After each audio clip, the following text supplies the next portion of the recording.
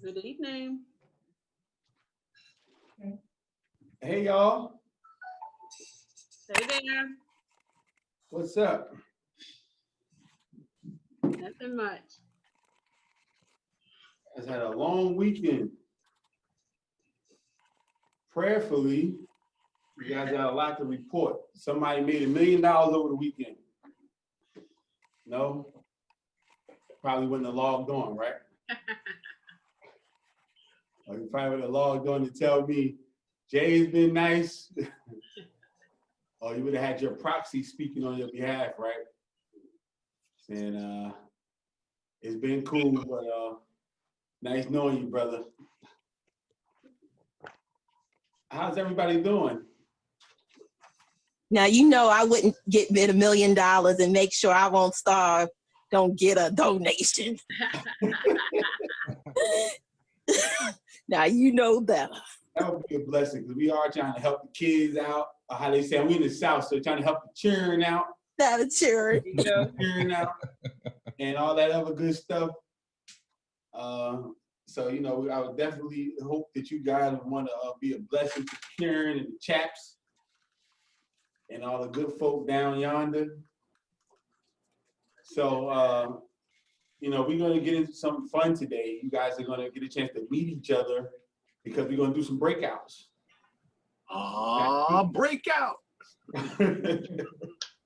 So we got teams set up, and this is a fun exercise. Today we're going to, you know, we talked about your ideas, and you guys were talking about it with me, and we're going to talk a little bit about it on start because I want to know what you guys was able to do over the last week. My prayer is that somebody took some of the things we talked about in class and implemented them over the weekend. And you know, Catherine, I know you said you had a couple meetings. We would love to hear how that went for you. And I talked to, I don't think, Joanna's on. I know she had a good testimony. I want her to share. She shared with me, but I want her to share with you guys so that you guys can see that things are actually happening. It's not people just sitting down, not doing anything. Some of you guys probably changed your mind completely since you came on thinking about doing one thing. And then on last Tuesday, now this Tuesday, like, you know what, I'm not even doing that no more. I'm doing this. And that's good. There's nothing wrong with that. It's no judgment zone. This is the time to figure it out because you don't want to be trying to figure it out in somebody's boardroom when you gotta try to sell them. You know, you want to do it in a safe space. And we're going to talk about that. We'll talk about your elevator pitch. You know, you pitching everybody, if you're in the business, everybody always heard this 30-second elevator pitch. Now, let me not scare you guys. It's usually a little longer than 30 seconds. But they always try to make you do this 30-second elevator pitch, which is almost impossible, or is going to always change depending upon the circumstance that you're in. So that they always talk about the elevator. But what happens when you're in the elevator and there's 200 people in the elevator? Let's say 15 people in the elevator. You don't want to be talking about your business. You're just trying to get out of there. So that's not a realistic scenario. So I want to kind of debunk that. And we're going to talk about where you actually going to use your elevator pitch, how to use your elevator pitch, what you should be saying, what, you know, how long it should be, all that. But they use the 30-second elevator pitch, but please, ma'am, please, sir, do not think that you got to motor pass and machine gun pass your business idea trying to talk to somebody. If you guys watch the Cosbys back in the day, you don't have to be like the little young lady who used to speak real fast. You couldn't really understand what she was saying. You'll definitely be just like her. And, you know, if you're actually going back to happy hours or even place where you're having a cocktail, you definitely don't want to try that because you're never going to be slurred and you're not going to remember the person's name, any of that. So you're not going to be able to be effective in your business. But with that being said, I definitely want to go ahead. I see Catherine's on right now. How was your meetings last week? Good day, everybody. The meetings went well. One of the ones that I'll talk about was focused on kind of honing in on my why and utilizing various platforms that I have access to, and kind of how I want to communicate and utilize that resource. So it was really good opportunity. And actually it kind of lines up with what we're going to talk about today and how I felt in trying to prepare for today's class. I think it's like not being afraid to change your mind, to shift and pivot even in the beginning phases. So that delicate balance of, I think you kind of said it already, like already changing your mind on what you want to do. And even if it's not completely, being flexible and okay with you getting more information, researching more, even just having a conversation with somebody, and that being able to change your trajectory, but continuing to fine tune and tweak things until you get to that point where you feel very comfortable about what you have and what you're trying to do and how you can share that with the world. I love it. I love it. Yes, please do not be afraid to shift. I mean, again, we're living through the COVID world. I'm gonna stop saying COVID-19. We're living through COVID-20 now. And everybody had to make a change, especially if you're in entrepreneurship full time.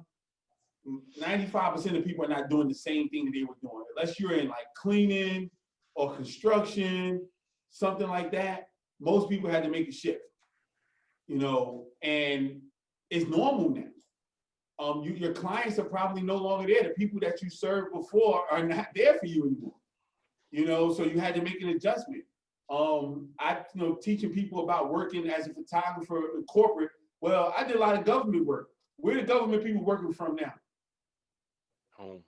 Last year's headshots. You think they're having major events this year? No. No. You understand what I'm saying? Because they're not gathering. So you had to make a shift. You know, you had to make a shift. What are you doing? Well, how can you switch to make sure that you're relevant in the marketplace? It's good to get that out of the way in the beginning. It's going to save you a lot of time and money.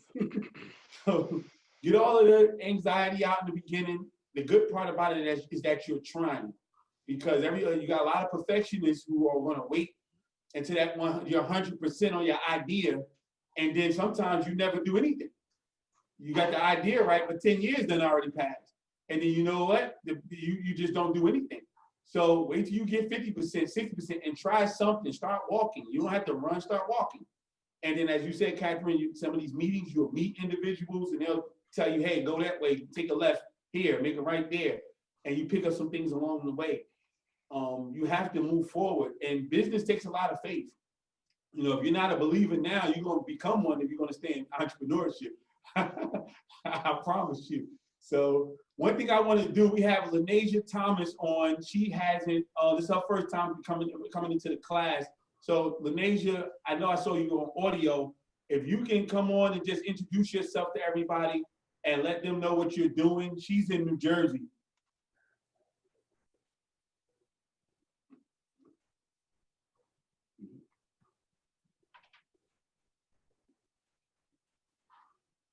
Okay. I don't know if she can hear me or not. Okay, so we're going to go to Joanna right now. I know she's getting in. I wanted you to share with the group about some of the things you shared with me.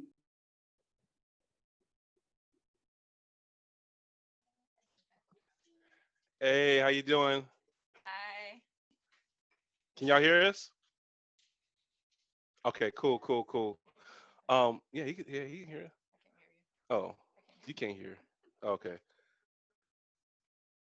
All right, so me and my wife, you know, we was talking and looking at things last week, and you know, we have a lot of stuff going on with ministry and, you know, work and business and stuff like that. And one of the things that we discussed is that, you know, we need to streamline something and just really just focus on, you know, one thing. So one of the things that we discussed was just really focusing on really trying to get my wife's design business off the ground. And thinking about some of the things that we talked about last week as far as trying to move from a customer transactional experience to having actual clients. We've been talking about trying to create something like a create a database, a list of some of the people that we've already worked with and that we've already doing work with now. put them in a mailing list so that we can stay in contact with them, so we can try to form and to create more of a client-based business going forward. So those are some of the things that we're working on right now. So we're really trying to get our website up and going, is to showcase our work, our portfolio, and to really build that database so that we can start building clients. Can y'all hear? Yeah, awesome. Okay, cool. Just need to get off mute. What kind of design are you in? Say it again, please. What kind of design?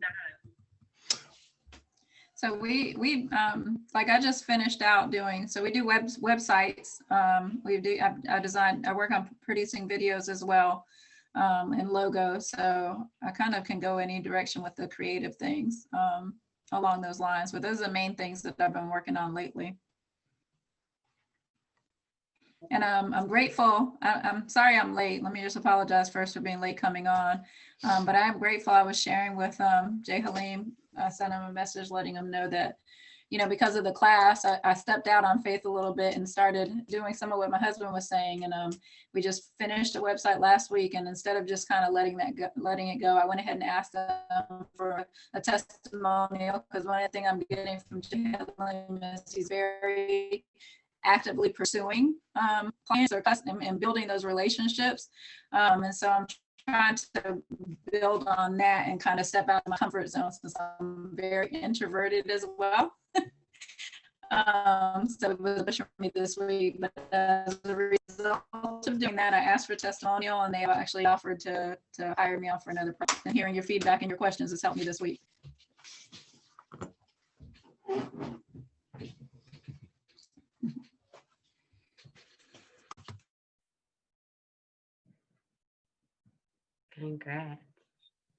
Congrats, guys. So are we just going to the next person, or are you calling on people? How's this going? You're on mute.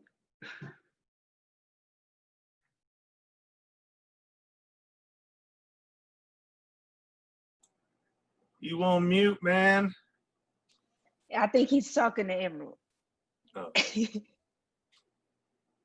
I was like, maybe they're having a strategy session. She was looking away and he was talking. So I think they're calibrating. But she did share, say, please share with the group how your week went. So maybe that's our cue. Yeah, that's how I was like, do we just go? She muted me. No. She muted me. Hold up. She muted me. The takeover. So Jana, if you have something to say, please say it. Okay, so I do have, you know, I'm definitely did get a chance to look at my classwork yet, but I do have good news. I just did a few little personal things. Unfortunately, I do kind of fall in the category sometimes of that perfectionist person, but I'm trying to learn that I may not be doing perfection, like trying to be a perfectionist, but really just trying to make sure I cover the bases of the things that I'm trying to do. And then over time, sometimes I revisit as I go to a new step and realize that something's changed. So I don't know if that's really perfection, like trying to reach that, or just realizing the direct, you know, trying to determine the path sometimes changes. But I did this thing yesterday where I just kind of stood in the bathroom and tried to practice articulating the goal of Treated with Care, the change agency, and, you know, wanting to be able to rally the resources of the older generations or more seasoned generations for the youth, the up and coming youth, to really be able to continue the changes that we all see going on now, but really preparing them for what's to come, you know, and the actions that they need to have mentally to be able to take, and showing the support and being able to just kind of intergenerationally connect the community. And so I just kind of practiced, you know, that, and it was something that I've always written down and changed, but I've never really forced myself to stand in the mirror and try to articulate it. So I kind of challenged myself to try to do that every day and get more comfortable with it. So nothing huge, but it was huge to me as far as started growing. You can't say nothing big now if you try to rag me to get get your space. So that was a big deal. But congratulations, Singleton. I saw you put in the chat that you're onboarding a client. So everybody for Singleton, her first step to her, donating the I Won't Starve to the kids. So I appreciate that. But congratulations. How was that process for you? Can you hear me? Mm-hmm. Okay, great. So this is kind of, it's a testimony to that. If someone says no and you plant a good seed with them, they'll come back. This particular client, I pitched to them sometime last year, I can't remember. And they had already had a Alexa, stop. Sorry. They had already had an intern that was working on their social media platform, but I sent a proposal to them anyway. At the end of it, they decided to keep their intern or the person they were already working with because I guess financially they couldn't, I wasn't in their budget, which is okay. And that happens. But needless to say, I kept a good relationship with their manager and, a good relationship with them. And time went on. Well, a couple weeks ago, a week or two ago, I had another consultation with the same manager who wanted me to work with the same singer, recording artist again, but this time they were coming under a production deal. So with the production deal, the guy I spoke to, the gentleman who's going to be the leader of the production company, and he was very impressed with me. And he said yes and hired me to be the social media manager for the same recording artist that couldn't hire me the year before, but under a bigger contract. So I'm about to onboard them. We feel like this is church, right? I remember old school church, you had to do the testimonial before service. He may not come when you want him, but he's an on-time God. Hey. But what happens is, I don't even know if it's safe to say that they told you no, Singleton. They just wasn't prepared. They weren't prepared. They weren't ready. Prepared for your service at that time. Right. But like you said, you planted the seed. They had to upgrade to you. They had an intern, and that's a good thing to start with an intern because a lot of times they're not paying the intern or you're paying them a little bit. But when it's time in business, when you really want real results, people are willing to invest for real results. Correct. And so is this a testimony to you that a year went by and you're still in business? You're still, because a lot of what Tom tell us last week, a lot of people don't last that long, right? So you're still in business. I'm sure you're even better now than you were then. And so you know a lot more. You've been helping people get through COVID. So at this point, you're able to give them, it was ready for you. You're even more ready and prepared for it. So congratulations. Thank you. Shatan, how you doing? That's a big one, Jay. Your point of you're even more ready for it, in that time frame that you even grow and change and are able to manage something even bigger. I also meant to add that I also started sharing more like Black businesses and people that I support to help, show my support more on social media to help build, plant the seeds of networking in the future. And I also did a consultation for a logo, and that's why I asked Joanna what she was doing. So we might have to talk about some other things as I get things together, but I'm done, I'm sorry. Definitely hear her in the chat, and I love the communication between everybody. Listen, you got people from all over the nation on here. So this is a warm sell. This was called a warm sell. Because after spending all these weeks with everybody, you're going to know a whole lot about it. You got kids already coming into the screen. Somebody cooking greens while they're in class. All that stuff. So you're going to get the chance to know these people. So it's not going to be hard to sell them. And with these testimonies, you're going to hear. And I don't think nobody's going to be just, pumping the stats. They're going to be happy about what they've been able to do. So you'll be able to see firsthand that people are doing good work for other individuals. So it's good to go ahead and support your classmate. I wanted to bring it to Shatan because she didn't get a chance to do much talking when she first came before. So if you would want to talk about how your week has been. I'm sure. Hey everybody. I'm sorry I couldn't make it last week, so I'm a little behind on what's going on. But my week went well. I actually gained 2 real estate clients that I'm currently helping to find a home, as well as a new client, and I'm trying to work on my pricing for life coaching. Whittling down what I'm going to coach. I believe I'm going to stick to career coaching and just trying to do my pricing. I'm going to start typing that. So do you feel like dealing with your new real estate clients is like life coaching all in one? Yes, all the time. Counseling, life coaching, all those things. Yeah. So you lining them up after you see couples fighting. I don't want that house. I never liked you anyway. You don't keep stuff clean, And you got to coach them in that, then try to sell the house at the same time, right? Exactly. Yes, it's something. So this is how we want to start pretty much every class, because the testimony is truly important. This is how we know some people are not going to talk the first Tuesday. Then you're not going to be able to keep them quiet on the 4th Tuesday, because they're going to warm up. They're going to get used to seeing your face. Some people are not going to show their face on the screen. And 2 weeks later, they're going to start showing their face. Or somebody might get their hair done or something. Now they want to show their face.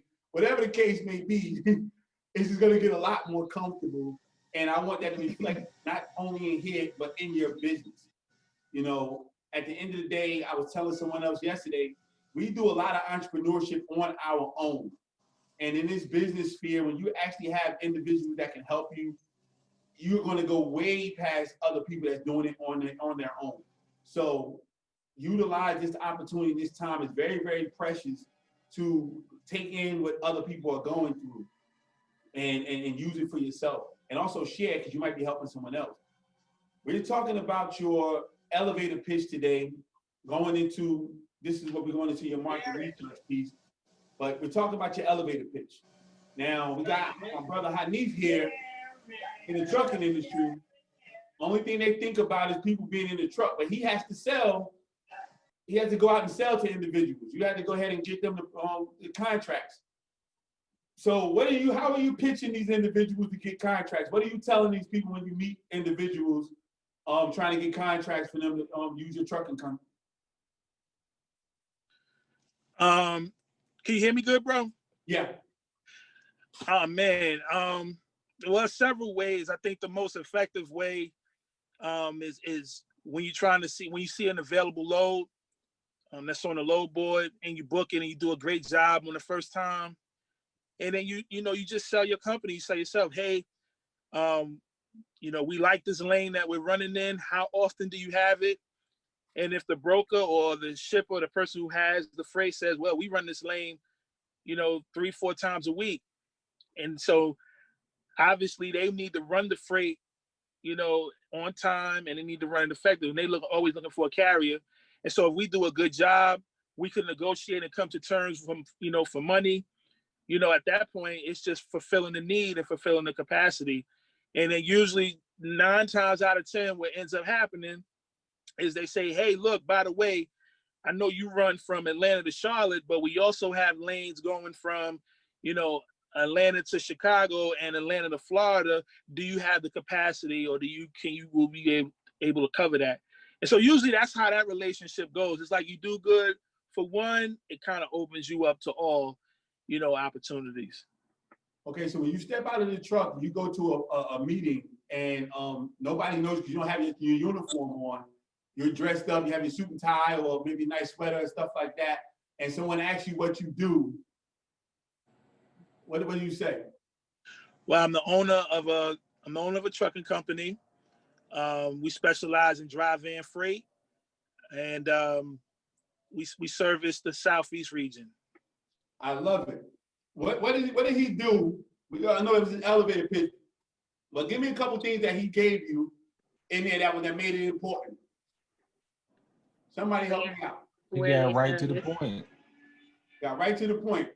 Okay, go a little bit more specific on B. Well, he said exactly who he was, what he did, represented himself well, approached the situation from the standpoint that I'm gonna give you quality service, and then inquired as to how he could continue giving that same service.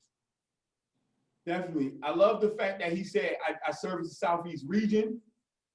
He told you exactly what type of freight he carried. There's no confusion in that space. Because a lot of times we leave it open-ended and say, well, I just drive trucks. Okay, so what is that? You know? And then, you know, you want to service everybody and everything. A lot of times you end up servicing nobody. And so we hate to let somebody tell us no or pass, but I promise you, you can let 50 people pass. You get one good client, could cover all of those individuals. So stick to what you do. You go to the presentation. I have a question, Jay. Go ahead, Catherine. So in the case of Hanif, very specific, but how can we look at this example to say, because we talked about the beginning, like shifting and having to pivot. Is it beneficial to leave room for other types of loads that he carries? Or is it just being flexible if somebody asks, oh, well, we're looking for this, to be able to insert yourself? Like, how do you leave room for that? And although it's just this specific example, I think it could be very telling in terms of how you want to be general yet not close doors where you don't welcome other opportunities. Okay. Hanif, I want you to answer it from your perspective, from the trucking perspective, and I answer it from a general perspective. That's a really good question. Typically when that happens, and I get the common question all the time, you know, what do you specialize in? Other things, flatbed, refrigerated? And I'll say, you know, no. However, I am partnered with other carriers that do specialize in flatbed. Let me give you their contact information, you know, and, you know, try to merge that relationship if they ask for that. Because quite naturally, it'll boomerang right back to me, especially if that carrier did very good business by them, got their freight there on time, you know, and everything like that. So I never always say no. If I know I can't service it or you know, look for what they want, I always try to drive them in the direction, especially if I have a contact that can give them what they need. Okay, and also, Catherine, I would tell people not to do that so often because it's a lot that comes with that. So like what Hanif's probably not saying is that when you say, okay, I want to do, let's say reefer, that's refrigerated loads. You got to be prepared for that. You know, now you're running on tight time. These loads, if something happened with that load, you know, the food, something happened, that's a whole other insurance liability. Then you have hazmat loads and all these other situations. Somebody might not have a hazmat card, you know, to be able to do that type of thing. So you don't want to put yourself in, okay, let me go run and go get this just so I can make a couple bucks. You know, you want your business to be where it is. And then also for people to refer business to you. What do you specialize in? You know, you have to specialize in something. That's why a lot of doctors are, I'm a pediatrician. Maybe they can work with this, but I'm a pediatrician. And a lot of times in specialty, you can make more money because you're actually, a captain of industry. Now you starting off in trucking, you might be a jack of all trades because you might be working for somebody that wants you to go run whatever. But running your own company, you want to kind of make sure that you're not confusing yourself, number one, and definitely confusing your would-be clients or customers coming down the line. So I know it's tough, especially in the beginning. People are going to call you for everything. Some things you're going to have to turn down.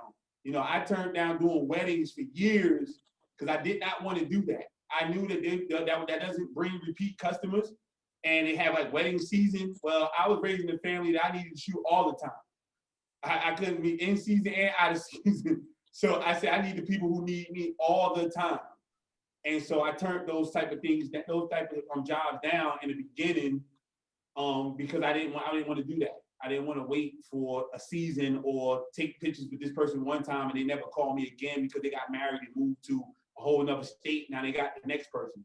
I'm working with people who continuously can give me contracts. Now they become clients, no longer customers.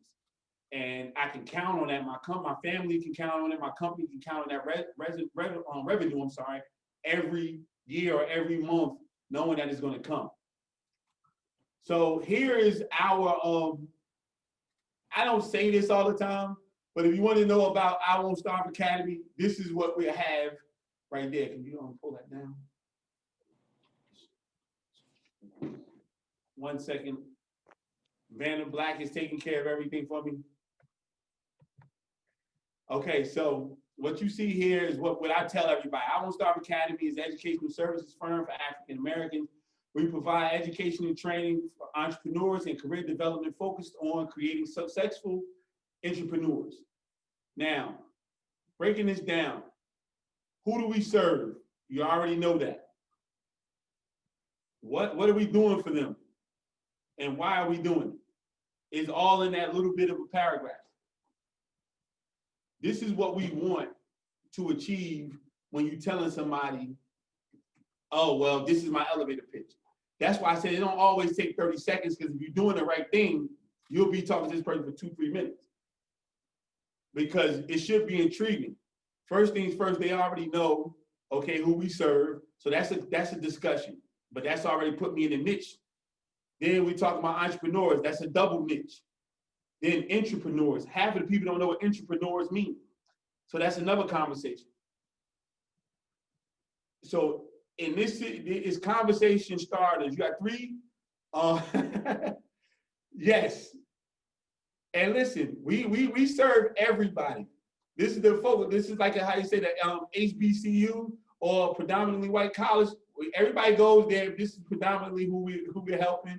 But yes, I love everybody, and I'll take care of everybody. Make sure everybody's great entrepreneurs and entrepreneurs.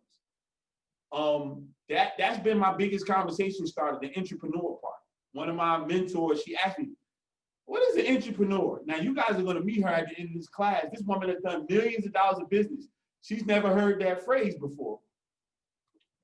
And so I said, hey, everybody don't want a job.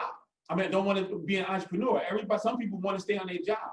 Some people are been in a job 10 years. They see that they can retire on their job, but they don't have the entrepreneurial spirit. So we want to inject that entrepreneurial spirit in them. We want to give them that go-getter spirit. We want them to be able to move up, move on in their business, in their jobs place, and act like a manager. You don't want to employ nobody who you always got to tell them what to do. You want them to still come to you with ideas. You want you to be able to give ideas and them take the idea and run with it. You want them to have a vision within a vision. And those are entrepreneurs. And those are what people are asking for on the resume right now. When you look at the job, they're saying we want to be self-starter. We want you to be able to work alone. We want you to be able to run a team. This is what business owners do. But everybody don't want to take that risk. So in this company, we don't want to leave anyone out, as what Catherine was saying. So yes, the primary focus is entrepreneurs, but we can still inject that spirit, because if you're going to work for 25 years, what are you going to do when you retire? You still got to have that spirit to be able to take your business and take your career to the next level after you're done working. And so if you have that type of skill set, you'll be able to do it successfully. So that's one of the reasons why I wanted to put mine up here, so you guys can kind of see what I'm talking about. But we're going to dissect it a little bit.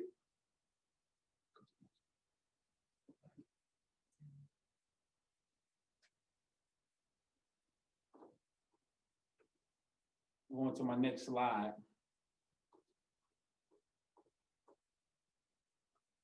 So I call it, y'all already know who this is, right? So I call it making them an offer they can't refuse. But more importantly is saying something to them to get them to continue talking to you, and not just to shake their hand, hear what you say, and walk off. And that's the most important thing. You know, if you get on the phone with somebody and you're making a cold call, you say, hey, let me ask them something. What can you say in that? No, that's 30 seconds. What could you say in the 30 seconds to make them ask you questions? They want to know more about what you're offering, or the products that you sell. It's very, very important. So this is the definition. Is a succinct, persuasive sales pitch. So succinct means small. So we don't want to over talk anybody. You know, you want to be able to tell somebody, just like Hanif did, very quickly exactly what you do and get it out of the way so that they can get time to process it and then come back. Because the more questions they're asking you, the better shape you're in. But the more you're talking and just listening, you already know you're in trouble. But the more they're asking questions of you, the more you're in a situation where, you know, you're in good shape because they're interested. They want to know. So we diving into it. We're talking about this short, clear statement that explains your business does and why it's unique. We talked about a unique value proposition. You got to say what's unique about your business. As I talked about, okay, we service African Americans. Again, conversation piece. You'll be surprised how many people don't focus on strictly entrepreneurs. Because they're like, for what? Isn't the city going to do that? Isn't the government going to do that? Private entities, entrepreneurs don't have a lot of money, especially beginner entrepreneurs. So somebody who knows that is going to say, why are you basing your business on beginner entrepreneurs when they're probably leveraged to the hilt with money? That's the conversation starter. Well, ma'am, well, sir, let me tell you why. And you start doing the Ace Ventura thing, and then you start giving it to them. And so that's what you do. But you got to put that in there. This is the conversation piece. You want them to keep you there and going back and forth a sparring match in a good way, though, so that they can know and they'll remember you. Because how many business cards you're going to get, they got to remember when you call them, okay, that was him. I remember that person. I had a great conversation with him or her.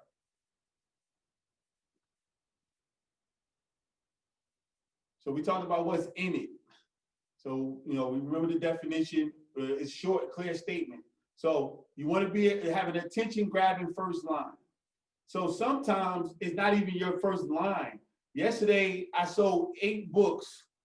Yesterday, well, 9 books at the gym, going to go pick up my son because of this outfit. I had on another I Won't Starve hat and shirt. So I didn't have to say anything, but there was some ladies that were in there, and they just asked, hey, what is that about? And I told them, and then they said they do a lot of work with kids. I said, hey, well, my daughter just sold the book. Well, I sold 5 of her books and 4 of mine. This was attention grabbing. So sometimes it's not what you say. So if you have a nice suit on, or young ladies, you're dressed nice, that's attention grabbing. We're not trying to do anything that we don't have no business doing, but that, you know, again, and you don't want to attract negative attention, but it's also positive attention. Hey man, your tie is amazing. Oh girl, you know how many times, girl, them shoes you got on? That's the conversation piece. Be okay with telling, I got these from Nordstrom or Macy's, and then after that, well, this is what I do. This is how I'm able to afford these nice shoes because I do this. And then there's the conversation piece right there. You know, so it might be a line, but it might be what you're wearing. You know, and that's okay. We talk about the description of your product or service that's in the market. You have to know that up and down. You know, people gonna want to know. It's not everybody's not selling Pepsi Cola, so that sells itself. You go to the store, you pick up what you want. If you come out saying you have a product, they're gonna ask questions about it. Try to have your product on hand if you have a product. You know, have something on hand. Again, what happens if I didn't have books in my trunk? I missed that sale. I'm just talking about it. If they never said anything, you know, else, if I never see them again, they probably don't get my book. I was in Miami for my anniversary, and my wife and I were on a boat, and a gentleman, we went downstairs and came back. The gentleman said, I just ordered your book. I said, huh? And he said, yeah, I just ordered your book. I looked you up.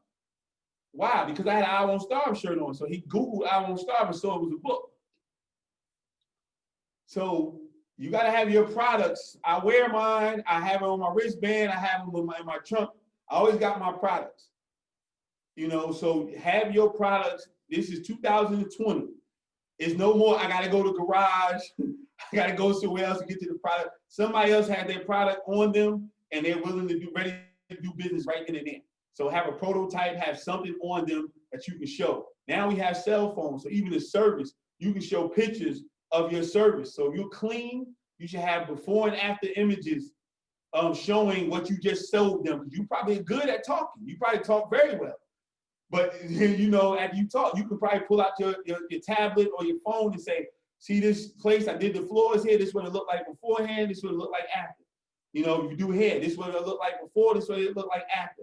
You know, whatever the case may be, but you gotta have that description. And sometimes people don't wanna just hear you tell them about the description, show them. You'll get way further ahead. Again, this is 2020. People not taking your word for anything anymore. So, you know, description of the people behind the business. Of course, we're assuming that it's just not you, you know, but sometimes it is, and that's okay. So they get a chance to like you, then they kind of got a description, but they might ask a little bit about who you are. So, because if it's something that's coming, you got to go in someone's house, they want to get a chance to know about your personality. Who are you? If I want to let you come in my house and be my plumber, or, you know, whatever else you do that's in my house. So be able to be ready to sell yourself, not just your products. It's very important. The benefits of investing in your business.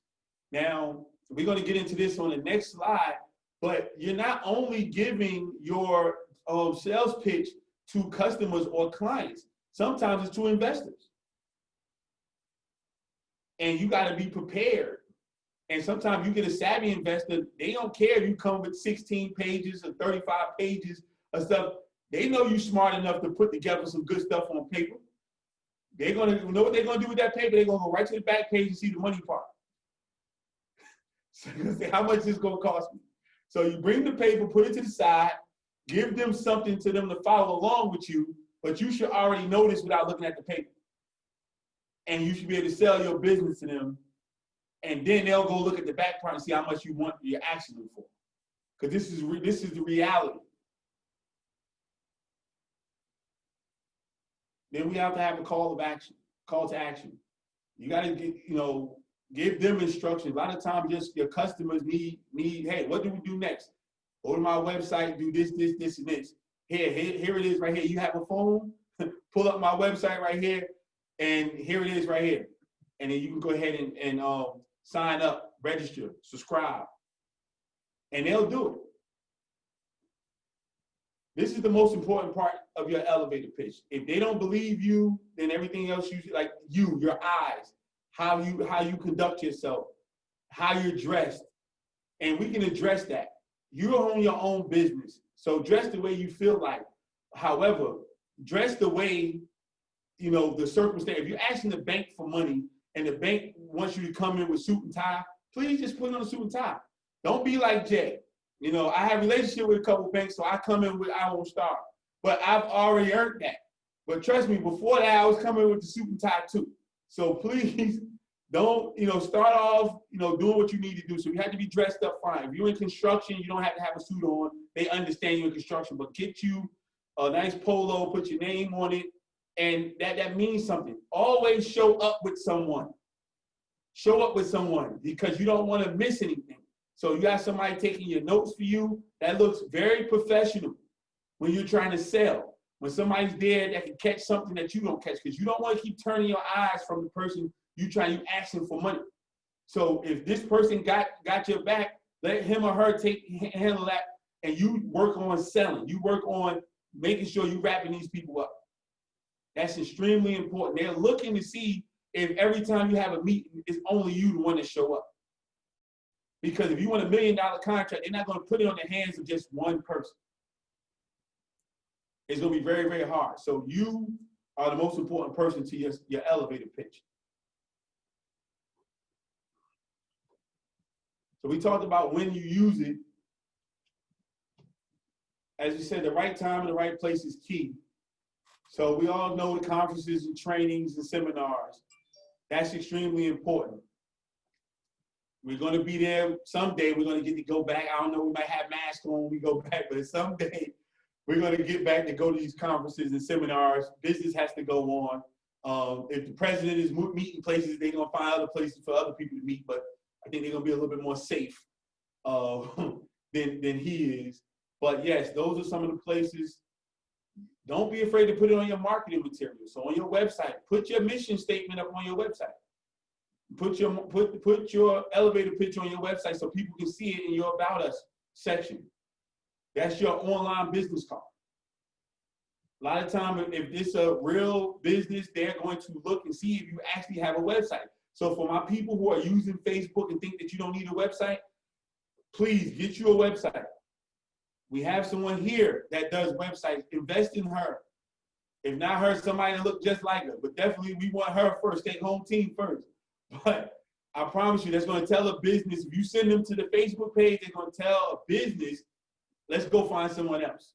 They don't even think enough of their business to invest in a website. Why would I pay them $3,000 a month? So it's imperative that you put that website up there, because again, all you guys are from different parts of the country. You can't walk up and meet each other. So how you gonna get on? How you gonna find out? Have a website. Go ahead and look on the website. They can know what you do, see some of your videos, see some of your testimonials, things like that. And put that on there though. Anything you put out, put your information on there. Of course, we talked about networking events. Again, get it out before you get your drinks out, before you start drinking. So try to do the networking first, then have fun later. So we don't want to start trying to say your pitch after you have 3 cocktails, because that's not going to work. You're going to start slurring your speech, and it's just not going to work. So say it, do your pitch, do all your stuff first, then have your cocktails later.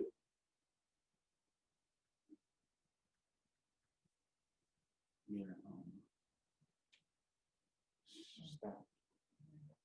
1 second, you guys. Okay, so I talked about investor meetings, right? This is probably the most important place that you're going to use your elevator pitch. People are going to tell you other places, but in your investor meetings, I know you might be in the beginning phases of your business and you're not thinking about investors at this particular juncture, but you should always be thinking about investors. You should always be thinking about investors, because I'm telling you, the person that does business alone are going to be very, very miserable. So if you don't have a partner, start looking at investors. All I say is start doing your work, do the work, put some skin in the game first, because nobody wants to invest in something that you're not willing to invest in. But put some skin in the game, do the good work so you can show that investor. And I'm serious, it could be your mom. I'm okay with that. You know, it could be your mom, it could be your dad, it could be family members, whatever you need, whatever needs to happen. However, put some skin in the game and start going, run it. Even if you're not ready for the money, run it by somebody who knows the investor, so they can help you out and say, well, I wouldn't invest in this unless it has this, this, this, and this. And that will probably help you get better and better and better till it's time for you to get an investor. Investor don't mean that someone's taking over your business. Giving away 5 or 10% of something doesn't mean that you're not the owner of the business. You want this business to be as successful as it possibly can be. So you don't want to keep telling your elevator pitch to people who can't do anything for your business, because then you won't believe it. Obviously, that this doesn't work. No, you got to be talking to the right people. And it's imperative that you put yourself in a position and in the rooms where you're talking to the right people. Because if you keep showing it to this person on the corner, that person that comes to the networking, a happy hour event every week, and you're going to be like, nobody in here buys my product. You're in the wrong place. It's not the business. You're just in the wrong place. Go to the people who actually want it. And this is us going into this market research piece, because you'll know, doing market research, you'll know where the places you need to be and start pitching it to those individuals. Desmond asked a question, can I have the information of the person who does what? Okay, so that's Joanna. Desmond's asking about the websites on the chat.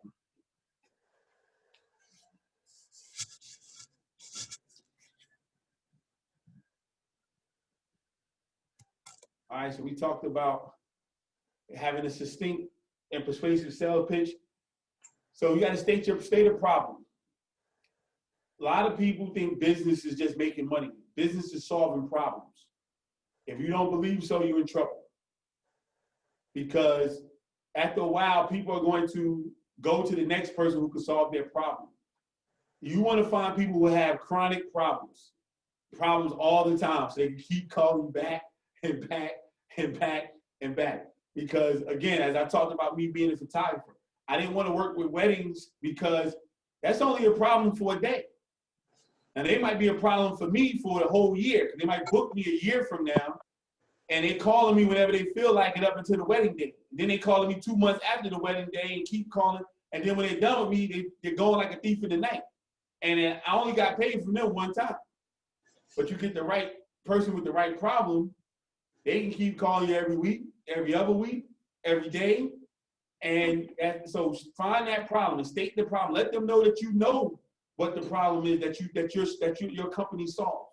State that problem.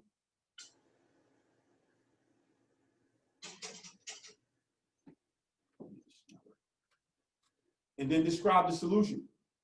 So this is the problem that I know you have and that we solve. This is how we solve it. They shouldn't have to figure that out. You let them know. A lot of times, especially now, people are lazy. People don't want to try to figure out how you're going to help them. Tell me how you're going to help me and how you're going to do it better than anyone else. That's what's important. So understand people are not waiting on us no more and not giving you that type of courtesy. Go ahead. Next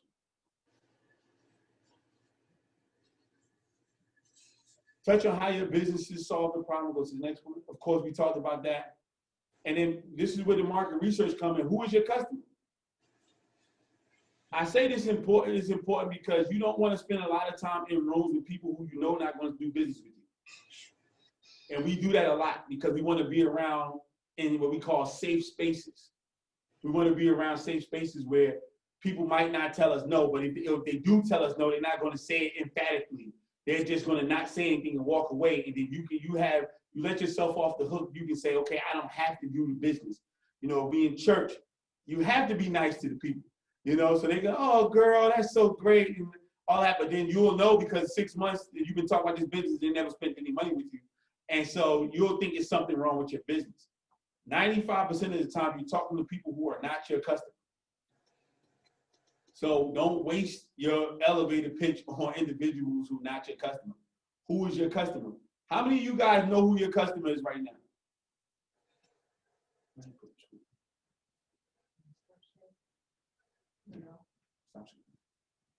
How many of you guys know who your customer is right now?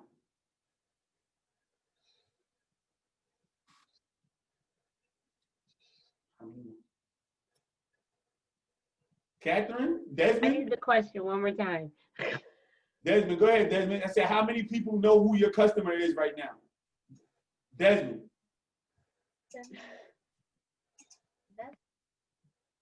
Sorry about that. I had trouble unmuting. As a trainer, skill drills trainer, and physical trainer, my customers are parents because they're the ones that's going to pay for these children to be trained. Love it, love it. Now, your client is the parent, your customer is the kids. And so you understand, so you want to build a relationship with both, but the kid's going to come and just get what you have. That financial relationship is going to be with that client.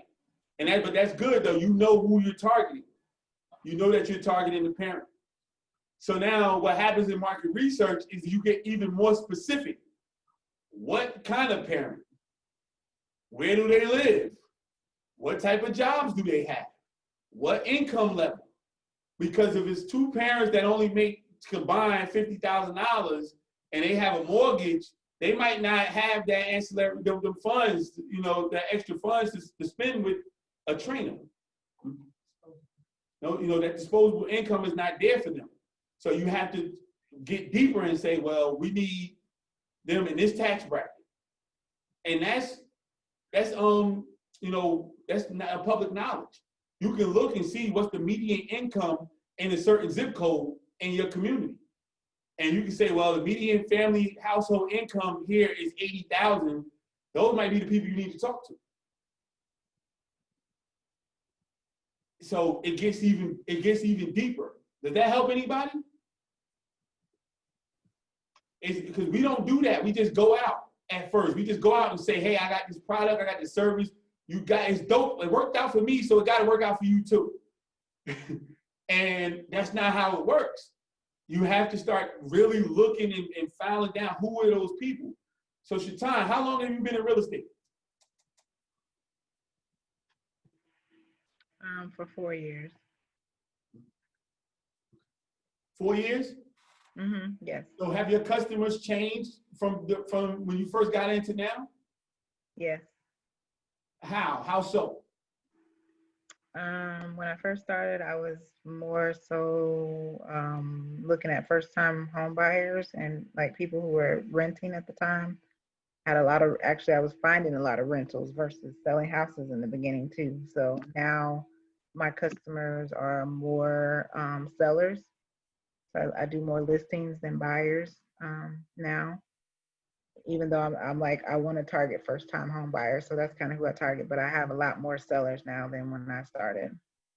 And your pitch is different now, right? It is. This is a live example right here. And I know because I did real estate for a little while. Talking to a buyer, a lot of times they have you all around the country.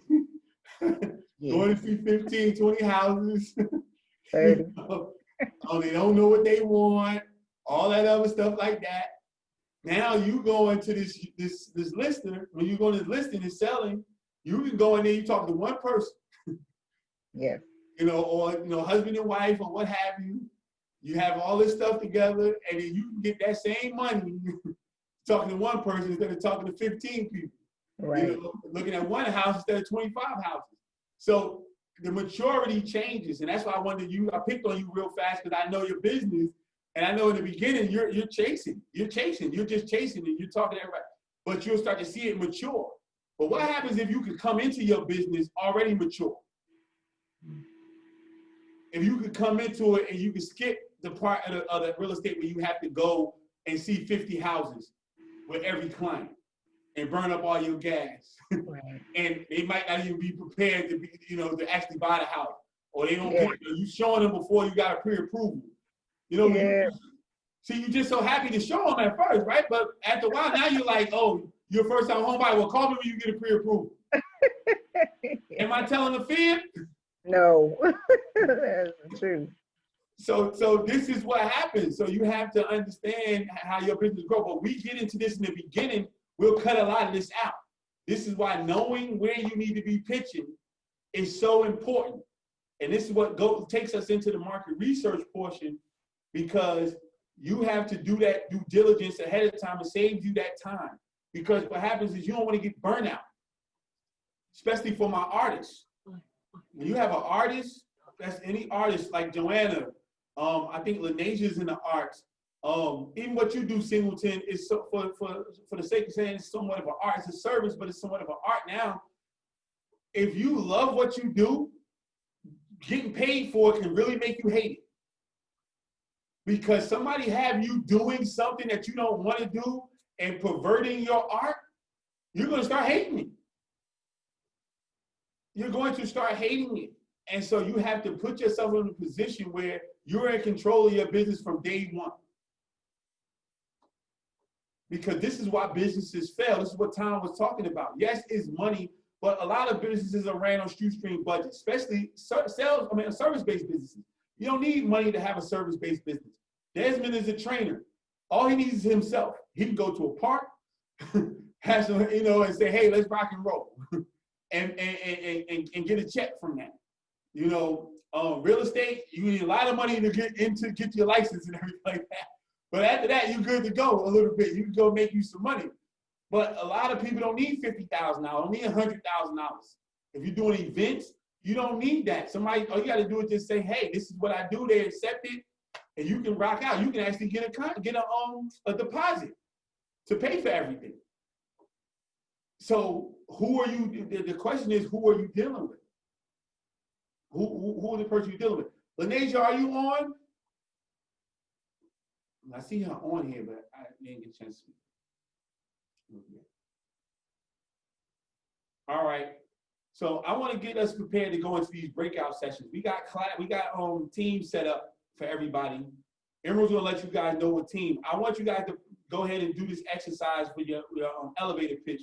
Don't be brutal with each other, but I want you to be honest enough to say if you got it, if it makes sense to you what the person said their pitch is, and I want you to give it back. It's like team. There she is. Hey, Lanasia. Hello, everybody. I'm sorry, I'm talking to my mom. Introduce yourself to everybody and tell them what you do. You got about 5 businesses already, so. So I am Laneja. I am in college. I'm a college student at King University in my senior year. I own an online fashion boutique called Sassy Girls, also a men's collection called Wealthy. I do TLC as well, so I am a life-changing coach as well.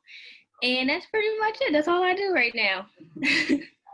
All right. So, yo, everybody say, give her a warm welcome. Say, hi, Lanesia. Hi, Lene. Polynesian. So yeah, we're about to put you guys in groups. We already set up the group. We already know who's going to be on what team. And again, as I was saying, be easy on each other, but be honest. If you don't understand what somebody's pitch is, let them know so that they can get better at it. You know, so this is what this is about, so you can work on it. Because some people don't want to talk to nobody. They want to put their stuff online and say, hey, go in and buy it. So, but you're going to have to talk to somebody. And we want to make sure you're able to do it. So everyone's going to get that set up. Anybody have any questions before we go into the groups? What if you're not ready? What if you're not ready? Yeah. What if you don't have one to pitch yet, but you want to build one? All right, well, this is where we get practice. So everybody understand what we're doing, correct? All Right. Yeah, everybody understands. So go ahead, everyone's gonna set you up, put you in breakouts. I'll peek in a couple times to see how you guys are doing. But again, be honest, but also take it easy on each other. Don't be too rude. Okay, the rooms are going to automatically send, I believe that once I click the breakout rooms, is going to ask you to join them. So you have to individually join them, and then I'm going to give you guys a 5-minute warning when the classes are going to close. And then when I actually close them, I think you're going to have 60 seconds to finish up your thought before it kicks you out. If you are not on the camera, please do your classmates a courtesy of coming back on camera so everyone can see each other. And just make sure that you are giving each other a chance to pitch and give that productive criticism so that everyone can get better. And then also choose one person to present when we come back to the full group. All right, sending you all out.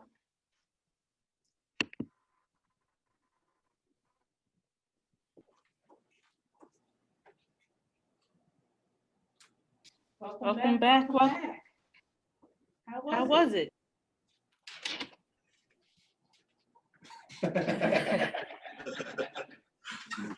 Listen, some of y'all, it was so fun going in those groups. I enjoyed myself. Oh, listening to the groups? Yes. Okay. Let me tell you something. We need some more time, man. We need more time. 3 minutes in the group. That was fun. That went by real quick. That went by fast. Oh, boy. And we're back. Too fast. Did you hear us talking about threat? Purpose put 3 minutes in one group, and we almost went to church. And so I got my offering package out,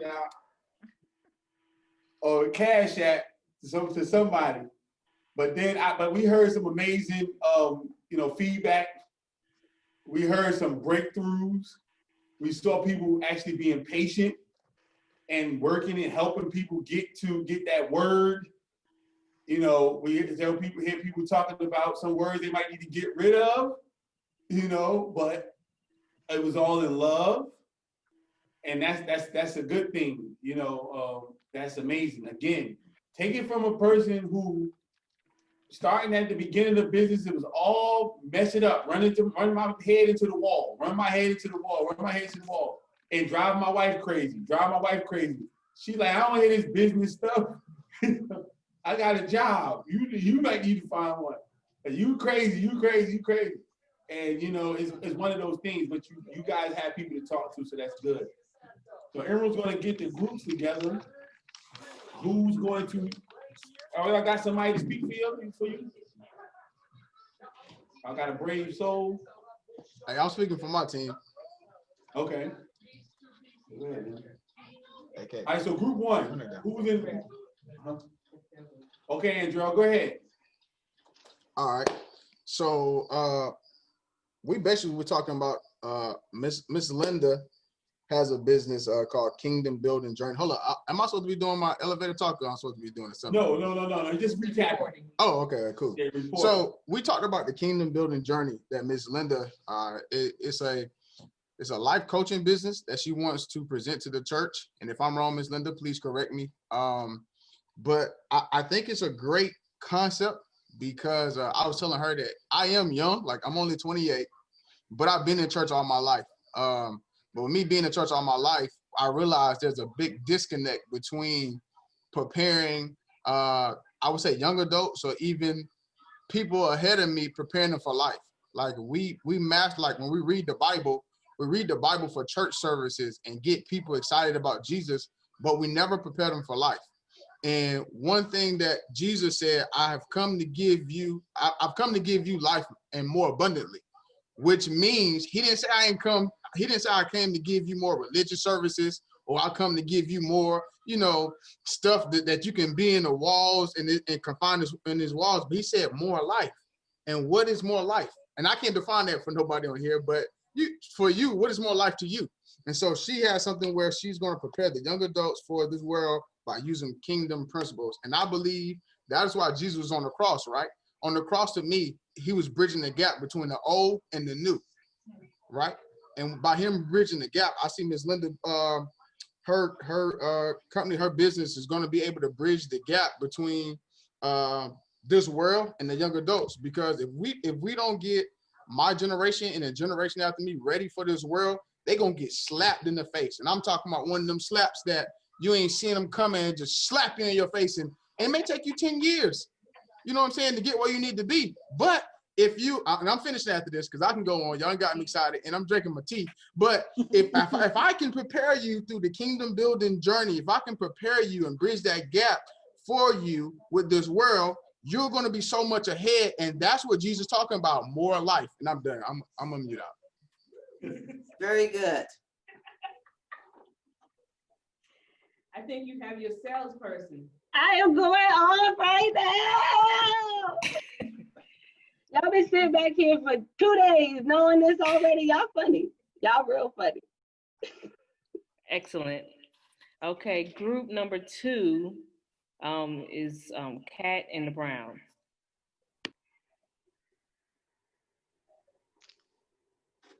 If I could have my specific task as to not ramble or go off course, please and thank you.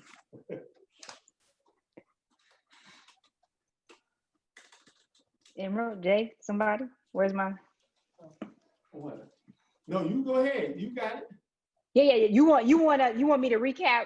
We are radiant, or just talk about our process? Same thing that Andrea asked. I apologize. Yeah. I just want to make sure I got it. Yeah, just your process. Okay, cool.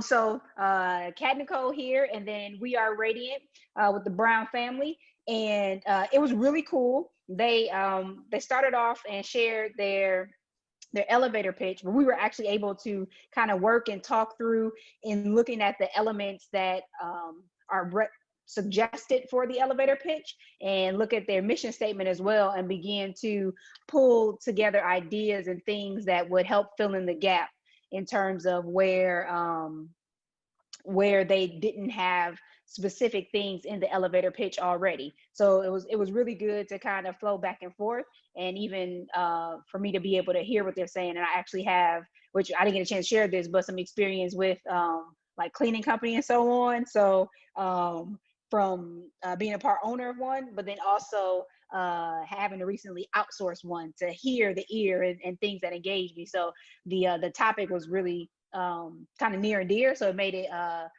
easier for us to flow. And then vice versa, except for I didn't have a written elevator pitch completed. So being able to kind of freestyle and give it a go, they were able to kind of highlight things that kind of, even in the short amount of time talking, where I needed to connect the dots and or give a little more. So it was really good, and we are looking forward to talking even more offline just about what we have going on. So that was cool. I love it. I love it. I love it. Okay, group number Thank you, three. Kat. Hanif, Jana, and Desmond. All right, Hanif, Jana, and Desmond. Who's going to present?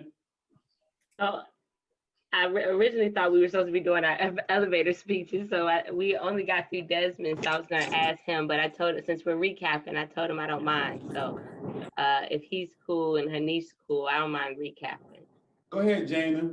Okay, so we went through Desmond's elevator speech for his training business for young people. Did we get a name, Desmond? I don't think we got a name. I think he's selling himself as We didn't get a name, and I was thinking that as you would speak, as soon as you started, my basketball camp is shooting for help. I apologize for to my shooting group. for health. Health. I don't know what I thought I heard. And let me, it would have made the pitch better too. But because, that's how easily it could have gotten forgotten, because he did such a great job, making it conversational. He started with asking about our kids. He saw Jamari in the background. So he asked their ages. Before he even told us anything about his business, he asked more questions about who we were to really make sure that he was, he could customize or what's it called? Cater his elevator speech to the audience. So we thought that was really, really great. Very cool and easygoing. So we didn't feel like we were in a salesy environment. We also gave him some feedback about a crutch word that he was using, saying okay, but acknowledging that we all have them. So I, was keeping that in mind for myself as well. He also did a really good job at sharing his story and his connection to have trying out for the semi-pros, and realizing that the reason why he didn't get accepted was the motivation and the passion why he started doing training in the first place, and going, and providing those foundational skills and really drilling that. So the child that really does have that dream will know that, and he'll be able to equip them. That's great. I love the part when you said that he talked to you guys about your kids. There's no parent that don't want to sit and talk about their children. So that's an easy way to sneak that in there. Because you ask a parent about their kid, they can go all night. So they're never going to stop you about their children. So that was good. That was real good. Who's next? Sean, Joanne, and Rob. Okay. Joanne and Rob, and Sean and Shaitan. I think I'm on. Okay. So Rob and Joanne pretty much had a pretty good pitch started. I had one kind of started. I still need to work on. We determined that, but we really focused on Sean and trying to help him come up with a pitch, and learned a lot about his business, his podcast, and also his nonprofit, and how he wants to help young men who are currently incarcerated and coming out of the system. So we just listened to what his business or what his idea is, what his goal is, and just kind of pulled words out of that to help him formulate his pitch. I think we helped him pretty well, but just to basically, he's providing a platform, and I think that word, or that idea pulled out of there kind of helped him to see that, okay, yeah, I am, having 50 podcasts that he still needs to broadcast. You're giving people a platform to tell their story and to help other people bring awareness. So we really talked a long time about that and how to help him come up with his pitch and really see what he does and what the benefit of his business and his nonprofit is. I really love, when we peeked in on your session, you guys were extremely patient. And I love that. You guys were helping and working it out. and finding the word, finding those code words and to bring it out for him. That's important because a lot of people are not going to be patient with you. You know, they want you, that's why they say it's 30-second piece. Yeah, life is like that. But now when you got somebody who's actually going to listen to you and give you an opportunity to get it out, this is the time you take that. So when you go out there for 30 seconds, you can hit them with awareness, with platform, those words, those buzzwords that people say, oh, okay, this is what it is. But a lot of times in the game, it doesn't happen that way. So this is why this is important. So I really appreciate you guys being extremely patient and helping him actually pull it out. So that was great. Thank you, guys. Okay, Singleton and Lenasia and Claudia. So me and Lenasia got a chance to talk some about the pitch, and it was cool because we got to kind of learn a little bit about each other. And Lenasia pretty much, you know, her sentiment was, you know, when formulating the pitch, you know, she likes to really get in a conversation and get to know the person because she wants to be as authentic as possible. That's what I grabbed from her. And so I shared with her what I would do for my pitch, and then she took a stab at it as well. And I guess my feedback to her was, you know, when formulating the pitch, you know, definitely like, you know, say who you are in your business. Like I said, you know, like she's Lenasia, she is the founder of her brand. She's the executive director in TLC, et cetera, you know what I mean? Just to establish, overall, establishing authority because we know what we're doing and we are subject matter experts in our area. So that's what we came up with. But we really honestly used our time to kind of get to know each other, and it really helped us. So I think, you know, when she does her pitch, the next time, you know, that opportunity is presented for her, you know, she'll feel definitely way more comfortable in leading that way. Me, I'm always trying to figure out how I can make my pitch stronger as a selling point because of the level of business that I want to do with New Hope Digital.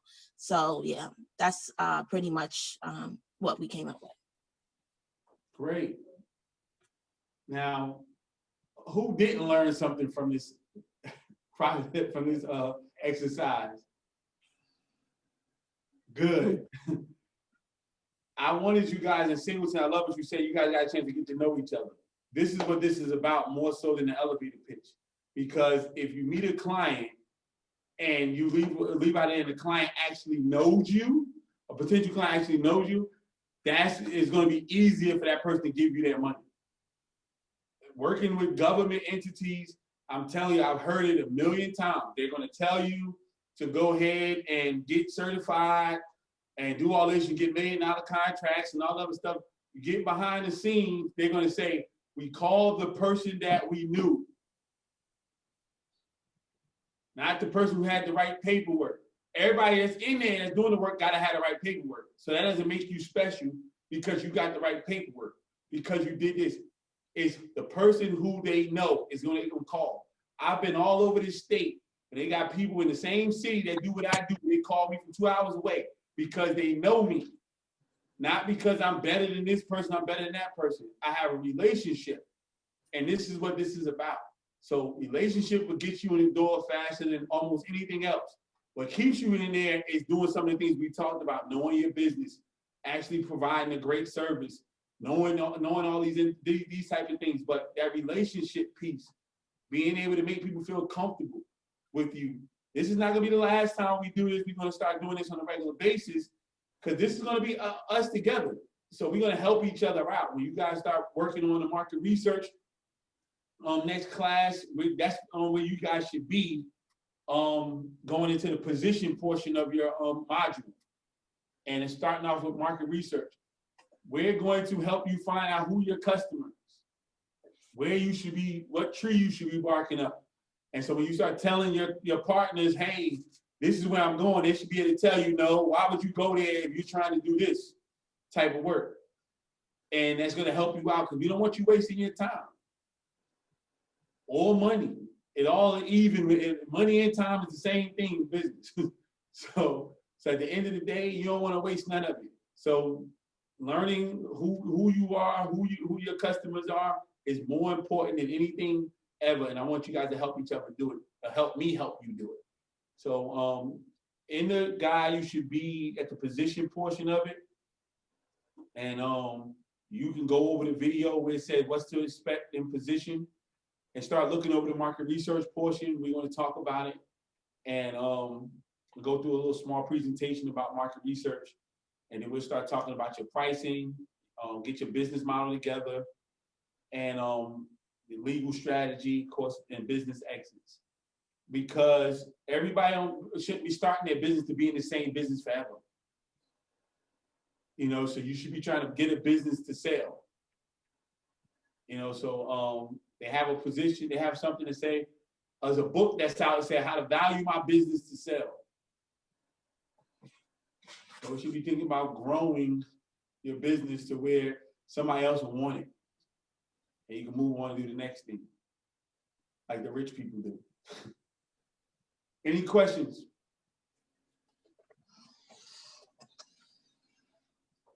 Are we going to be in the same group? Okay, now I'm going to stay on for another 10 minutes for anybody who want to stay on. Yeah. Ask some other questions. If you got to go now, thank you guys. I think this one was great. I'm glad you guys were able to help each other. You got to go ahead and cut off now. If you want to stay on and ask some questions, I want to stay on for a few more minutes to go ahead and answer some questions. But you guys have a good one. I have a question. Who's that? Me, Singleton. Okay, see. My question would be like in preparation for the market research section next week, what one or two things or three things do you think we need to do to prepare ourselves for that class, especially if like we haven't really narrowed down any target market, like we don't know nothing what to do, or we want to upgrade our target market in order to get like for me, I can say that yes, I'm doing social media management, but I can't say I'm doing high ticket sales. Like I'm getting high ticket clients. I want to change that. I want to get high ticket clients. So is there anything that you think, you know, that I should be doing in between time? Oh yeah, well, I would tell you like this. Of course, we want you to read ahead. You have access to go ahead and go through this, but you know, I'm not gonna make you wait for that because we all doing business now. So in your type of business is about you. And high ticket sales, people buy you before they buy your business. You understand? So at the end of the day, when you want somebody to spend $5,000, $10,000 with you, they're trying to find out who is the person I'm spending the money with, as opposed to the service you provide. So when you start, like when we talk about, it's always crowded at the bottom. You start getting to the top, it's a lot easier to fish out who you want to do business with. So right. As you upgrade, so you just take Shaitan's business, for example, show, because I know about the real estate business as well. If you're not around a lot of $1 million people, you might not be doing a lot of $1 million homes. You know, so so you have to put yourself around those individuals so that you can actually get those type of referrals, or so you can actually pitch to those individuals. So for you, Singleton, you're gonna have to put yourself in a situation where you're around those high ticket individuals. You might have to take, we talked about serving a couple classes ago. So you might have to serve in a capacity for someone. I would keep it close to the vest because you don't want to be recycled around to someone who told you, they're telling everybody you did something for them for free or for low cost. But go to a situation where you can serve someone, you can, you know, call my serving up and get yourself in a position to where, hey, you got this person who want to give you $100,000 contract. You done it for free the first time, and you blew their mind. They pass you off to their people. So that's a real easy way to do it. How I got to where I got shooting for the mayor here, literally. You know, I shot for the mayor 5 years ago during the floods here. We had the historic floods here, and I did a bunch of pictures for him for free because I didn't even plan on doing it. I was serving, trying to help other people. And then he was like, hey, man, what you do with those pictures? I said, I got some of them. I sent him the pictures. He loved them. Next thing you know, he said, well, I got this going on, that going on. And he got his people to call me, and the rest was history. I started getting paid for it. And then when you see my pictures on the newspaper with the mayor, then who do you think his constituents going to call? Me. So, but I was out serving. So it's the easiest way to do it, because even them, they need some help. So find somebody that you might already be working with or know, and you like to do entertainment. So say, hey, I'm gonna take care of you on this one. Oh man, we helped you. You helped me out. They'll tell somebody else. They'll pass it off to somebody else and help you out. But that's on you though, Singleton. I tell people all the time, when you're doing these service-based businesses, and you're the person. You're the product. It's not social media. Social media is not the product. This is another thing about market research. What are you selling? You're selling you. You're not selling Facebook to nobody. You're selling you. Facebook is free. You the thing they got to pay for. So how do you make yourself worth more money? That makes sense? Yeah, that makes sense. Thank you. Mm-hmm. Someone else?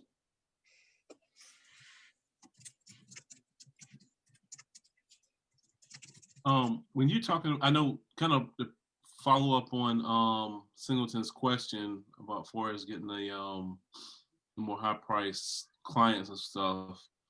And I know you said something about working on you. I heard a term called self-development, like self-development.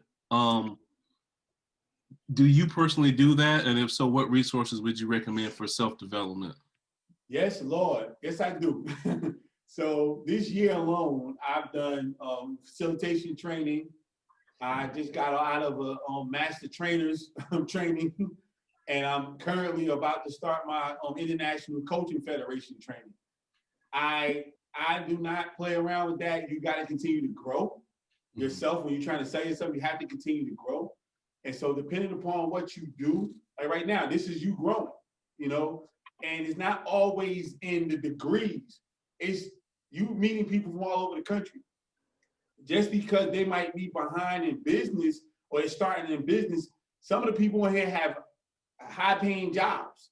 Some of these people you have government employees here, high ranking government employees. You have a bunch of different people from all over the country because you invested in this space. This is what happens. Peer-to-peer learning is the best way to learn. So you're going to be like everybody Desmond put in there earlier.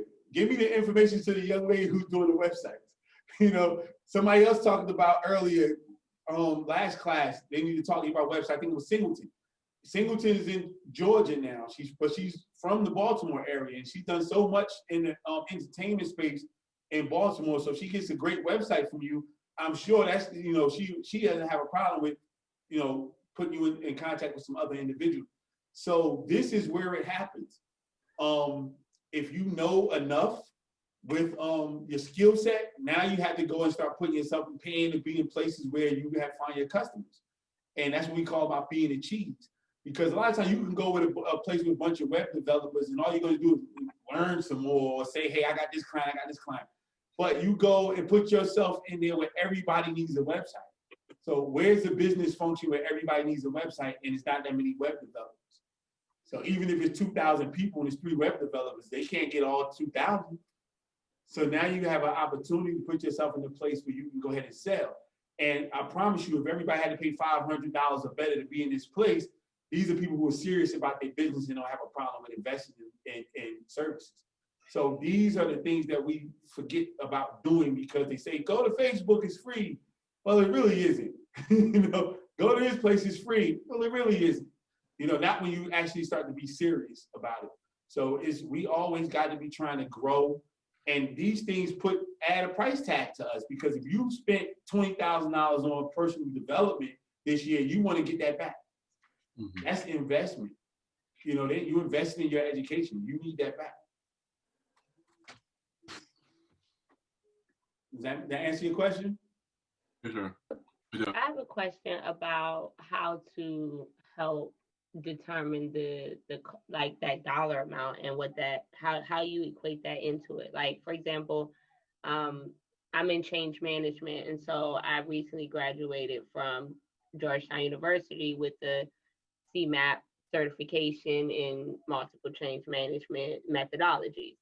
And so I'm not at the point where I necessarily have products and services, but if I wanted to figure out how much more I could potentially charge for consulting, or even trying to determine what the initial value, of what a service like that would be based off of certifications, time spent, like, is there resources or, how do you help determine those numbers? Okay, so I answer it two ways. Outside of just researching other people too. Well, that's a part of the work too. You have to do that. But the first thing I would do in your area, I would find out other individuals who do what you do and call them and pose like you want their services and ask them for a proposal. So that sets a baseline, right? Then you have LinkedIn, right? So you'll see what certification they have. So you have this person that has this certification, that certification, they charge me $2,000. They say they've been doing it for 10 years, and I've only been doing it for one. I can't charge $10,000 because I don't know what they know. So if you're moving with integrity, you probably want to start a little lower and go from there and work your way up. Now, that's the just get right to it way. But psychological way, what do you have to spend money on? Are you doing this full time? Is this part time? Sometimes you might want to spend your first year, if you don't have to make the money and you're working a job, spend your first year getting more knowledge, supporting someone else that's doing what you do, so that you can get more knowledge and you understand where you are in this space. That's a valuable resource to say, hey, I have my certification as well. I don't do this full time. How can I support you? A lot of times we get a certain age, we feel like we can't intern. But internships is where you grow. People give their interns all of the game. Yeah. So and an adult intern who, don't have classes, who actually understand how to, be responsible and show up on time and do everything, have to go through all of those pieces, that's needed and it's necessary. As long as we have integrity, we're not trying to step on anybody's toes and things of that nature, even offer them, hey, I'll sign, a non-compete with your clients. I just want to learn. And then when you step out, go ahead and do what you need to do. But if you're just trying to get right to it, call somebody in your area who's doing it and ask for a consultation. They'll tell you. And then you start working your way backwards from there. Does that make sense? Perfect sense. Thank you. 2 more questions and we good.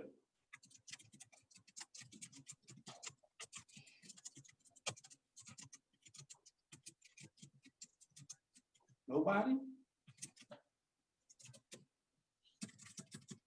All right. You guys enjoy yourself?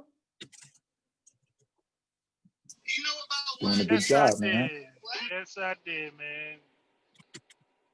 I'm glad you guys are able to help each other. Continue to stay in contact with each other. I'm telling you, this is a type of class where we want you to do business every day. It's not just be on pause for the next 8 weeks and then do business after the fact. We want those testimonials every week. We want you to, because this is where you actually learn in fast track. People think that you learn and get all this stuff and then we're gonna start. No, it's what happens during the class. I don't know. Shaitan, you're in North Carolina, correct? I'm in Georgia, Warner Robins, Georgia. What part of Georgia? Warner Robins. Okay, I don't even know where South that's of Atlanta. It's south of Atlanta. Well, you got a couple people from Atlanta here, so when they're ready to buy a house, bam. See what I'm saying? That is like that. So that relationship, I've done so much business with the people I came through fast track with, it doesn't make no sense. And it's people who came through fast track with me who are knocking out the park. They're doing $1 million a year in business for certain companies, construction companies, things of that nature. And so this is what it is. And I don't have to worry about making a phone call and getting in to do some work with them because we have this bond. So I'm thankful for you guys getting these relationships. So just keep it going. connect with each other on social media, and keep the conversation going. Until then, I'll see you guys Thursday. Everyone's going to send you guys the recap. Hit me up if you need to talk to me beforehand. You don't have to wait to now. Just send me a message. Everybody tell you guys, see you Singleton, that I'll respond to you and I'll talk to you and answer any questions you got. Have a good night. See you guys next time.